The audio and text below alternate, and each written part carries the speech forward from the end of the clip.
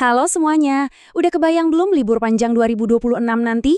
Dan gimana kalau saya bilang, ada kabar baik dari pemerintah yang bisa bikin liburan Anda lebih nyaman?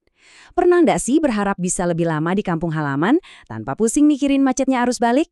Nah, kebijakan baru ini kayaknya bisa jadi jawaban. Yuk kita kupas tuntas panduan soal Work From Anywhere atau WFA khusus edisi liburan ini.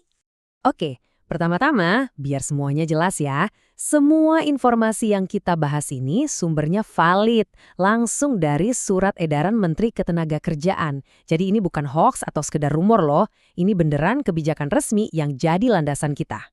Jadi pertanyaan utamanya sekarang buat Anda nih, bisa nggak sih kerja dari kampung halaman setelah liburan nanti?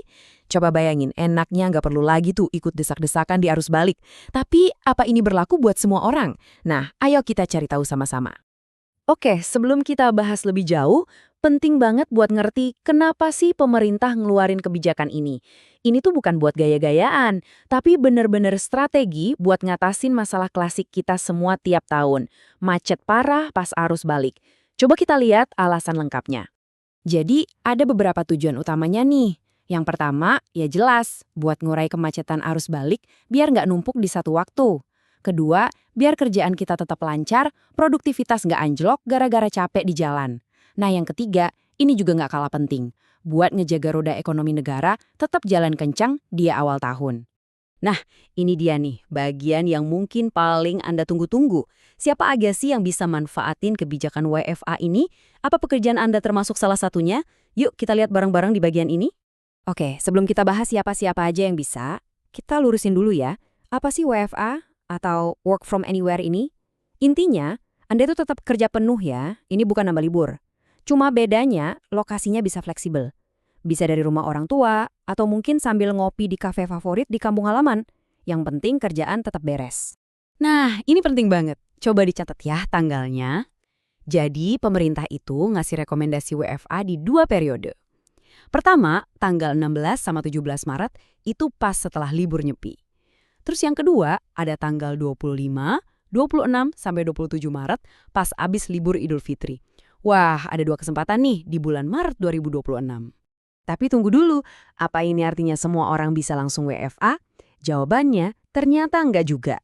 Ada beberapa bidang pekerjaan yang karena sifatnya memang harus ada di lokasi fisik. Coba kita bedah siapa yang bisa dan siapa yang enggak. Oke, jadi di sini ada pembagian yang jelas banget. Buat sektor-sektor yang emang kerjanya harus di tempat, kayak kesehatan, keamanan, transportasi, pabrik, dan sejenisnya, itu nggak dianjurkan buat WFA. Masuk akal kan? Nah, kalau pekerjaan Anda nggak termasuk di daftar itu, berarti perusahaan Anda sangat didorong untuk ngasih opsi WSA ini.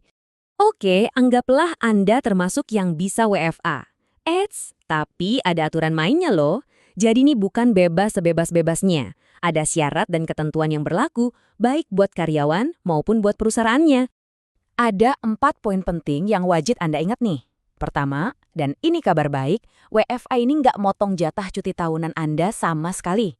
Kedua, ingat ya, ini hari kerja biasa, jadi semua tanggung jawab harus tetap selesai. Ketiga, perusahaan punya hak buat mastiin produktivitas Anda tetap oke.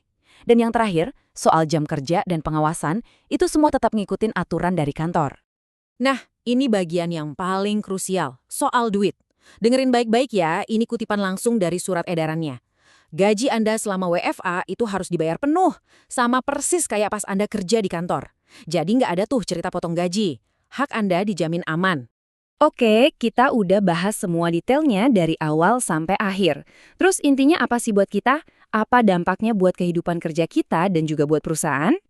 Kalau kita simpulkan, ini tuh sebetulnya win-win solution. Buat kita sebagai karyawan, ini kesempatan emas buat dapat fleksibilitas lebih, bisa lebih lama sama keluarga. Nah, buat perusahaan, ini jadi tantangan untuk beradaptasi. Gimana caranya tetap produktif meski timnya tersebar? Kuncinya ada di kepercayaan dan tanggung jawab bareng-bareng. Nah ini nih yang bikin kita jadi mikir lebih jauh. Apakah kebijakan WFA liburan ini cuma jadi obat sementara buat macet tahunan? Atau jangan-jangan ini adalah cikal bakal sebuah tes ombak menuju masa depan kerja yang lebih fleksibel di seluruh Indonesia?